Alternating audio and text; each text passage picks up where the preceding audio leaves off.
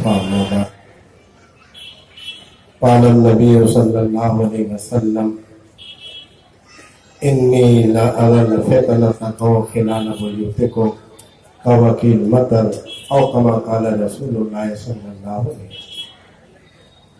صدر ذی وقار، معزز علماء کرام، دانشوران اور ذمہ داران شہر اور لائق ست احترام سامعین، ظاہر ہے کہ ابھی مولانا نے تمامی حضرات کو یہ گوش گزار کرایا ہے کہ جلسے کا آخری وقت 10 بجے ہے اور 2 مقررین خصوصی ہیں. ہم لوگ تمہیداً چند منٹ آپ حضرات کے درمیان آئے. ظاہر ہے کہ ختم نبوت اسلامی عقائد میں سے یہ ایک عقیدہ رسول اللہ صلی اللہ علیہ وسلم پر نبوت کا دروازہ ہمیشہ کے لیے بند ہے. قرآن کریم میں اللہ رب العزت نے خبر دیا ما کان محمد ابا احد من رجالکم ولکن رسول اللہ وخاتم النبیین. محمد صلی اللہ علیہ وسلم تم میں سے کسی مردوں کے باپ نہیں ہے، وہ اللہ کے رسول ہیں اور نبیوں کے خاتم ہیں. ہمیشہ کے لیے سلسلہ بند ہے. نبوت کا دروازہ بند ہو گیا. اسی کے اوپر ہمارا ایمان ہے. اگر کوئی شخص اس عقیدے سے ذرہ برابر اعراض کرتا ہے، ایسا آدمی مومن اور مسلم جیسے پاکیزہ لفظ سے دور کر دیا جائے گا. میں اسلام سے اس کا کوئی تعلق نہیں. اور دوسری طرف کتاب و سنت کے اندر اللہ اور اس کے رسول صلی اللہ علیہ وسلم نے قرب قیامت پہ تمام فتنوں کا بڑا تفصیلی تذکرہ کیا.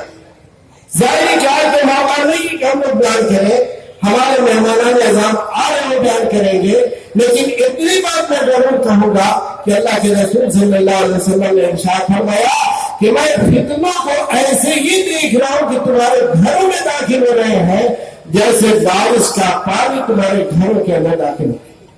آسمان میں جب بارش ہوتی ہے تو بارش کے ہونے کے وقت کوئی گھر باقی نہیں رہتا، چاہے عام ہو یا خاص ہو، پختہ یا کچے مکان ہو، سب کے گھر میں بارش کے قطرے جاتے ہیں.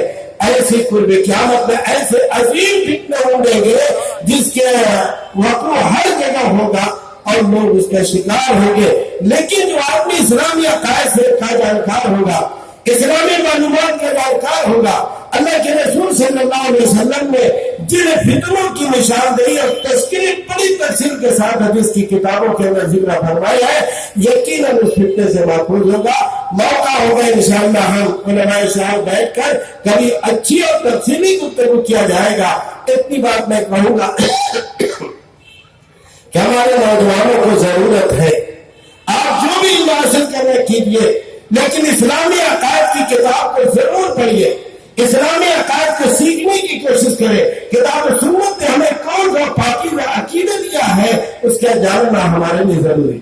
اور جو ہمارے خطبہ جامع مسجد ہے ان سے بھی میری درخواست ایک ادنا ذمہ دار کیسے سے کی ہے کہ خطبہ جامع اپنے اپنے خطبوں کے اندر ضرور اسلامی عقائد کا تفصیلاً کس طرح کے بیان شروع کرے تاکہ ہر آدمی کو اس بات کا علم ہو کہ قرب قیامت میں کتنے فتنے پیدا ہوں گے، کون کون سے فتنے پیدا ہوں گے، حضرت عیسیٰ علیہ السلام کا نزول کب ہوگا، دجال اس دنیا کے اندر کب آئے گا، امام مہدی کا خروج کب ہوگا، اور کب ان لوگوں کے ہاتھ کس جگہ دجال مارا جائے گا، اور مسلمانوں کو دنیا والوں کو اس کے فتنے سے کیسے نجات ملے گی.